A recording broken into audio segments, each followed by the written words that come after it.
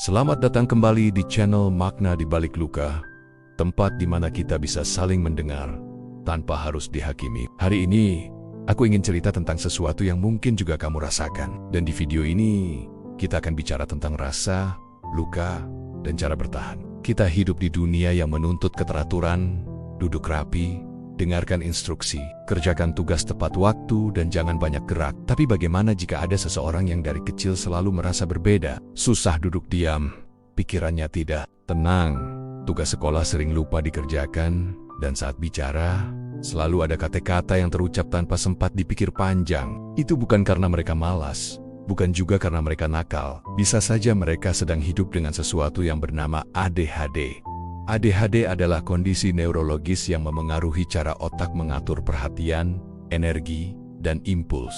Ini bukan pilihan. Ini bukan kesalahan pola asuh. Ini bukan kekurangan niat. ADHD adalah cara otak yang bekerja secara berbeda.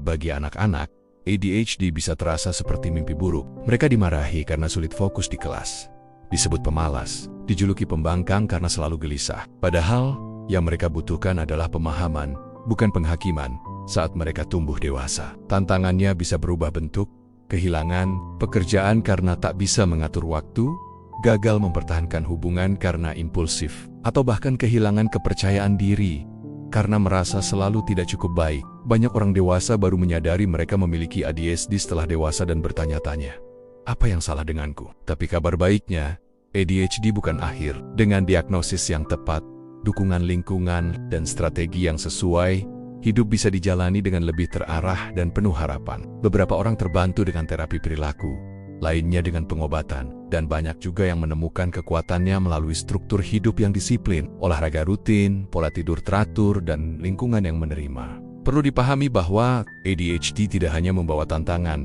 ada banyak hal luar biasa di balik otak yang bekerja berbeda. Mereka yang memiliki ADHD seringkali sangat kreatif, intuitif, berani mengambil risiko, dan memiliki semangat tinggi. Banyak seniman, pemimpin, penemu, dan entrepreneur sukses yang hidup dengan ADHD.